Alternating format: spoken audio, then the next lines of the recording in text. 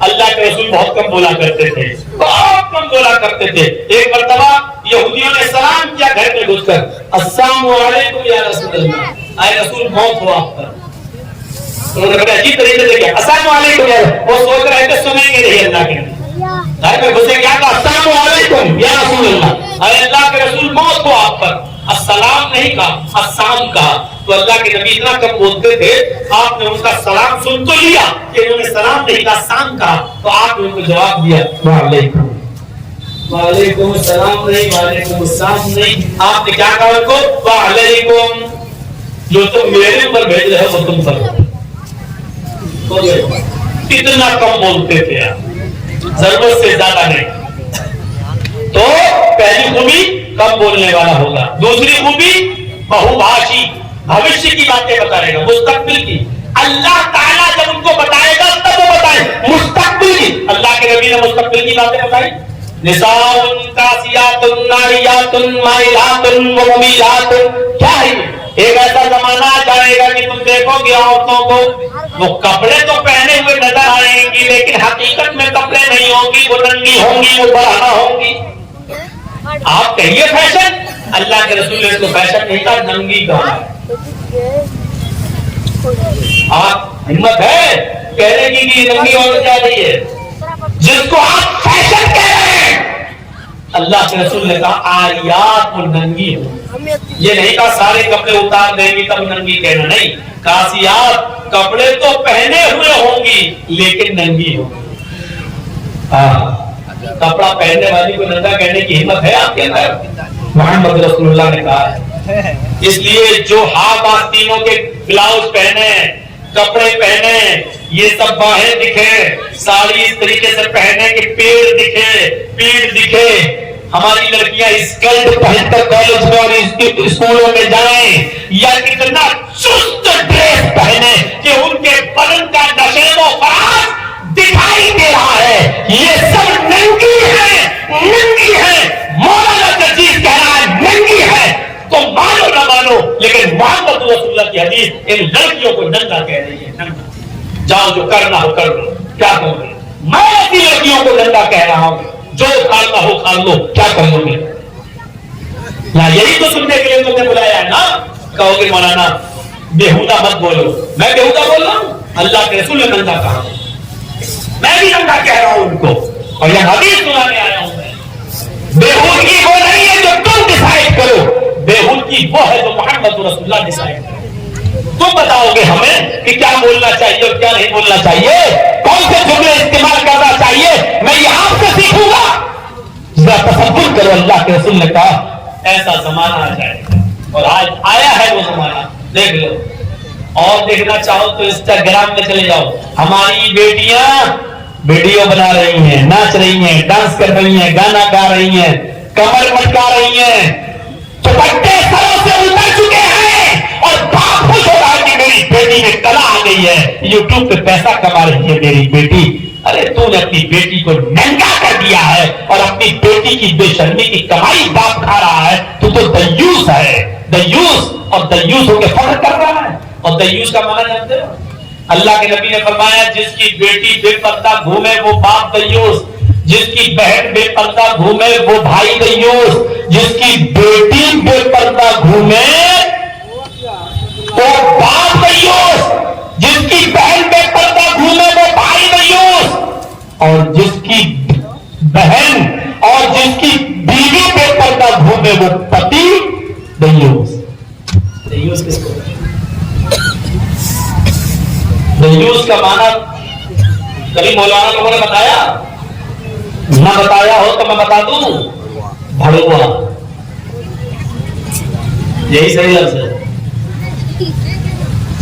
جس کی بہن بے پردہ گھوم رہی ہے اور بھائی کو شرم نہیں آتی اپنی بہن کو روکتا نہیں ہے، وہ بھائی بھڑوا۔ جس کی بیٹی بے پردہ جاتی ہے وہ باپ بھڑوا، جس کی بیوی بے پردہ گھومتی ہے وہ شوہر بھڑوا۔ تو بھڑوا جانتے ہو کس کو کہتے ہیں؟ یہ بھی بتا دوں، آج یہ بھی بتاؤں گا، جس کو سننا ہو سنے، جس کو نہیں سننا ہو جائے، بلانا ہو بلاؤ، نہیں بلایا ہو تو محتاج نہیں ہوتا ہے۔ بھڑوا کس کو کہتے ہیں؟ جس نے اپنی ماں بہن بیٹی کو طوائفوں کے چکلے پر بٹھا دیا ہو، جن سے غلط کام کرواتا ہو اور وہ کمائی کھاتا ہو، اس کو کہتے ہیں بھڑوا، اس کو کہتے ہیں عربی میں دیوس۔ ننگا کر دیا آپ نے، کیا بول دیا؟ یہی چیز تھی۔ مستقبل کی باتیں بتائے گا، پہلی چیز کم بولے گا، دوسری چیز مستقبل کی باتیں بتائے گا۔ آپ نے مستقبل کی فیوچر کی باتیں بتائی نا، ایک ایسا زمانہ جائے گا کہ دیواروں سے گانے کی آواز نکلے گی۔ اب دیواریں سے تو چھوڑو، موبائل سے نکل رہی ہے، جیب سے نکل رہی ہے۔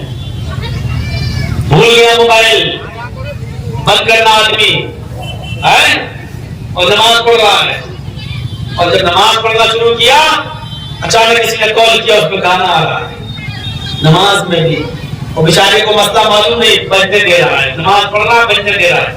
اللہ کے بندے جیب سے نکال، موبائل کو آف کر، پھر جیب میں رکھ۔ پورا گانا کیوں نمازی کو سنا رہا؟ کہیں امام صاحب نے سن لیا وہ بھی بہن جائیں گے۔ اب مولانا جرجیس مسجد میں ہے، کسی کو بتانا چاہ رہے ہیں کہ میں فلاں گاڑی سے آ رہا ہوں، جس کو کال لگا رہا ہوں اس کے موبائل میں گانا لگا ہوا ہے۔ مسجد میں بیٹھ کر بھی جرجیس صاحب کو پورا گانا سننا پڑ رہا ہے۔ کیوں؟ کیونکہ جب تک آپ فون اٹھائیں گے نہیں، آپ سے بات ہوگی نہیں۔ یہ حالات ہے، یہ حالات۔ اور ایک لڑکا ہماری تقریر ریکارڈ کر رہا تھا، آیا کہیں سے جنگل میں گیا اور بات کر رہا تھا، میں گزر رہا تھا تقریر کے لیے اسٹیج پہ لاتے وقت، پاپڑ کی بات بتا رہا ہوں میں، اس پہ لوگوں نے کہا چلیے آپ کا نمبر آ گیا، یہی 1 بجے کا ٹائم تھا، لوگ لے کے گئے، اور جنگل میں موبائل پہ باتیں کر رہا ہے، اور بات کرتے کرتے فون پہ کیسے؟ اب سمجھنے تو آئی گیا کہ کس سے بات کر رہا ہے موبائل، اور وہ سمجھ رہا ہے میں لڑکی کو چوم رہا ہوں، گدھے تو پلاسٹک کے ڈبے کو چوم رہا ہے۔ کیسا شیطان ہمارے خیالوں میں بیٹھا ہوا ہے، وہ سمجھ رہا لڑکی کو چوم رہا ہے، لڑکی کو نہیں تو اس موبائل کو چوم رہا ہے جس کو بھنگی بھی چھوتا ہے، جس کو گندے ہاتھوں سے بھی چھوا جاتا ہے، لیکن تصور میں بیٹھا۔ جب میری تقریر شروع ہو گئی جلدی سے آیا اور موبائل اس نے کھول کے میری تقریر بھرنا شروع کر دی، اس میں ریکارڈ کرنے لگا۔ 1 گھنٹہ ہو گیا مجھے بولتے بولتے، 1 گھنٹے بعد اس کا فون آ گیا، اور میرے ٹیبل پر موبائل رکھا ہوا تھا، میں تقریر کر رہا تھا، اس کا فون آ گیا، اور فون پہ اس پہ جب گانا بجنے لگا، جیسے مطلب میں کہہ رہا ہوں اللہ کے نبی نے فرمایا، اور گانا بجا تیری آنکھیں جھکی جھکی، تیری آنکھیں جھکی جھکی، میں نے کہا یہ کہاں سے دے گا تو موبائل، میں نے کہا یہ کیا بج رہا؟ وہ لڑکا ایسی بیٹھا ہوا تھا، جلدی سے اس نے موبائل اٹھایا اور لے کے بھاگا۔ میں نے کہا بیٹا اتنی رات میں کس کا فون آ سکتا ہے، میں اچھی طریقے سے جانتا ہوں۔ ان جلسوں میں میلے سب سے بڑے نقصان دہ ہیں۔ جلسہ کراؤ منع نہیں ہے، لیکن یہ میلوں کا جو انتظام کرتے ہو نا، یہ سب سے بڑی بھول کرتے ہو یار۔ سب سے بڑا جلسوں میں دینی کام میں رکاوٹ یہ میلے ہیں، جس میں جو عورتوں کی جو بے پردگی ہوتی ہے اور اس میں جو جالیاں اور بدکاریاں ہوتی ہیں، اس کا اندازہ آپ نہیں لگا سکتے۔ ہمارے نبی تو وہ تھے جو دینی محفل میں بھی آپ صحابہ سے بیعت لے رہے ہیں، شرک نہیں کرو گے، چوری نہیں کرو گے، زنا نہیں کرو گے، شراب نہیں پیو گے، صحابہ ہاتھ میں ہاتھ ملا رہے ہیں۔ ایک عورت پردے کے اندر سے ہاتھ لاتی ہے، اے اللہ کے نبی میں بھی آپ کا ہاتھ چھونا چاہتی ہوں، بیعت کرنا چاہتی ہوں، چوری نہیں کروں گی، شرک نہیں کروں گی، زنا نہیں کروں گی، شراب نہیں پیوں گی۔ آپ نے پیچھے سے پردے کے اندر سے ہاتھ آتے ہوئے دیکھا تو آپ نے نگاہیں پھیر لی اور فرمایا خاتون بی بی ہاتھ اندر کر لے، محمد رسول اللہ کسی اجنبی کسی پرائی عورت کا چہرہ تو دور اس کی ہاتھ کی ہتھیلیوں کو بھی دیکھنا گوارا نہیں کرتے۔ اگر بیعت میں ہاتھ چھونا جائز ہوتا تو اللہ کے نبی صلی اللہ علیہ وسلم عورتوں سے بھی ہاتھ ملاتے، ہاتھ پہ ہاتھ رکھ کر بیعت کرتے، لیکن نبی اکرم نے دینی جلسوں میں دینی محفلوں میں آنے والی عورتوں کے بھی ہاتھ اندر نہیں آنے دیے، کہا بی بی ہاتھ اندر کر لے۔ ہماری مجال کو دیکھو، ہم دینی جلسوں میں آ رہے اور ہماری عورتیں چوڑیاں خرید رہی ہیں، ہماری لڑکیاں جلیبیاں خرید رہی ہیں اور وہاں لڑکوں کی بھی بھیڑ لگی ہوئی ہے. بالکل ایسا لگتا ہے جیسے کتیا کے پیچھے 10 کتے لگے ہوں. یہ جملہ بولنے کا حق ہے مجھے, بولوں گا میں. پھر وہی بات, بلانا ہو تو بلاؤ, میری تقریر پسند نہ ہو تو آپ اپنے گھر میں خوش, ہم اپنے گھر میں خوش. میرے بھائیوں, یہی حال ہوتا ہے جلسوں کے اندر بھی. اللہ کے نبی تو کسی عورت کا ہاتھ بھی دیکھنا گوارا نہ کرے, اور تم جلسوں میں دکانیں لگوا کر مرد اور عورتوں کو لے کے اور لڑکیوں کو ہمارا گھومنے کے لیے آزاد کر دو. جلسے والوں, تم مدرسے کے نام پہ چندہ بھی کرو اور مدرسوں میں دینی تعلیم بھی پڑھاؤ, اور اس کے بعد میں اپنے جلسوں میں میلے کا انتظام کر کے بے پردگی کا بھی کرواؤ. یہ کہاں سے جائز ہے؟ خوش رہے رحمان بھی اور راضی رہے شیطان بھی. نہ ہم اللہ کو ناراض کر سکتے ہیں نہ شیطان کو. یہ دونوں چیزیں نہیں چل سکتی ہیں. اس میان میں تلوار رہے گی یا نہیں رہے گی؟ میرے بھائی, جو رات ہوگا تو دن نہیں, دن ہوگا تو رات نہیں. ایسی چیز اللہ کو برداشت نہیں ہے کہ راضی ہو رحمان بھی اور خوش رہے شیطان بھی. یا تو آپ کو اللہ کو خوش رکھنا ہے یا شیطان کے راستے پہ چل کے اللہ کو ناراض کرنا ہے. دونوں کو خوش رکھ کر چلنے کی کوشش مت کرو, ورنہ آپ برباد ہو جاؤ گے, تباہ ہو جاؤ گے. دو چیزیں بتا دی اللہ کے نبی نے فرمایا, مستقبل کی باتیں بھی بتائی. کب بولے گا؟ دوسری چیز مستقبل کی باتیں بتائے گا. تیسری چیز گیانی, وہ بہت گیانی ہوگا, علم والا ہوگا. اللہ کے نبی ان پڑھ تھے, آپ نے کسی سے پڑھا نہیں تھا. ان پڑھ تھے اس لیے کہ آپ کو کسی نے پڑھایا نہیں تھا, لیکن آپ سے بڑا کوئی عالم نہیں تھا اس لیے کہ آپ کو اللہ تعالیٰ نے پڑھایا تھا. دیکھیے, آپ امی تھے, ان پڑھ اس لیے کہ دنیا میں کسی نے آپ کو پڑھایا نہیں تھا, لیکن آپ سے بڑا کوئی عالم نہیں تھا کیونکہ اللہ نے آپ کو پڑھایا تھا. سَنُقْرِئُكَ فَلَا تَنْسَىٰ, یہ اللہ نے کہا نا, ہم آپ کو ایسا پڑھائیں گے کہ آپ بھولیں گے نہیں. کس نے کہا؟ اللہ نے. کس سے؟ نبی سے. تو کس نے پڑھایا نبی کو؟ اللہ نے. اور اللہ جس کو پڑھائے اس سے بڑا کوئی عالم ہو سکتا ہے؟ نہیں. تو آپ گیانی بھی تھے اس لیے کہ اللہ نے آپ کو پڑھایا. تیسری چیز شروع تو گیانی. چوتھی چیز کیا؟ شروع تو گیانی. یہ علم نبی کو سن کر ہوگا, یعنی اللہ جبرائیل کو بھیجے گا اور جبرائیل سے اللہ کے نبی کو علم ملے گا. اللہ جبرائیل کو بتاتا تھا اور جبرائیل ہمارے نبی کو بتاتے تھے, تو سن کر علم حاصل ہوگا. تو چار چیزیں, کب بولے گا, فیوچر کی باتیں بتائے گا, گیانی بہت بڑا عالم ہوگا, اور چوتھی چیز شروع گیانی, یہ علم سن کر حاصل ہوگا. پانچویں چیز بڑا کر بھی بہت بڑا بہادر ہوگا. نبی اکرم سے بڑا کوئی بہادر نہیں تھا. صحابہ کرام فرماتے ہیں جب جنگ ہوتی تھی اور تیروں کی برسات ہوتی تھی تو ہم اللہ کے نبی کو دیکھتے تھے کہ اللہ کے نبی جتنی زیادہ تیروں کی بارش ہوتی تھی اتنا ہی زیادہ سینہ تان کر آپ جنگ کے بیچ میں کھڑے ہو جایا کرتے تھے.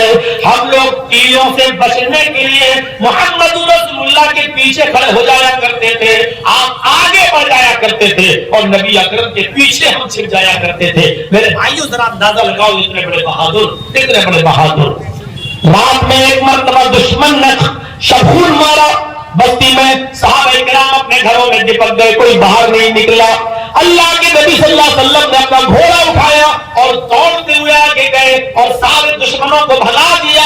صحابہ کرام کو پتا چلا کہ اللہ کے نبی گھر سے نکل گئے, سوچا میرے نبی کو کوئی نقصان نہ پہنچائے. اب صحابہ کرام اپنے گھروں سے نکل رہے ہیں کہ نبی کو کوئی نقصان نہ پہنچا دے. کیا دیکھتے ہیں, اللہ کے نبی فرما رہے لم تراؤ, ڈرو نہیں, جاؤ اپنے گھروں میں سو جاؤ, آرام کرو. محمد اکیلے سارے دشمنوں کو بھگا کر چلے آئے ہیں, میں نے اکیلے سارے دشمنوں کو کھدیڑ دیا ہے. یہ تھی محمد رسول اللہ کی بہادری. آپ نے بہادری دکھائی. چھٹی چیز دانی, وہ بہت زیادہ خیرات کرنے والا ہوگا.